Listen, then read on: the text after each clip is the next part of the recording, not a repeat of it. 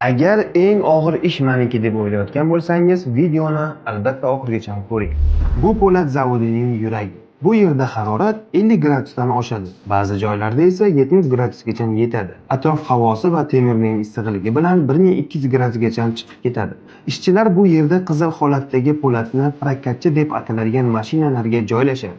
Prokatchi bu po'latni aylantirib, cho'zib, kerakli bir shaklga olib keladigan maxsus qurilma. Lekin bu ish shunchaki og'ir emas. Bu o'ta xavfli. Mashinalar soniyasiga 10-20 metr tezlikda po'latni aylantiradi. Agar jarayonning bir qismi to'xtab qolsa yoki po'lat bukilib ketsa, u yig'ilib qoladi va bir zumda raketa kabi otilib chiqadi. Bunday holatda 200 kilogramlik po'lat bo'lagi bir necha metr balandlikka uchishi mumkin. Birgina xato hayot va o'lim o'rtasidagi farq bo'lib qoladi. Shu sababli ishchilar doimo sovuq suv quyib, o'z tanasini sovitishga majbur bo'lishadi. Ular uchun har bir soniya sinovdir. Bu joyda po'latdan ham mustahkam faqat bitta. U ham bo'lsa insonning o'zi. Xolos yana bizga obuna bo'linglar, chunki ma'lumotlar odatiy emas.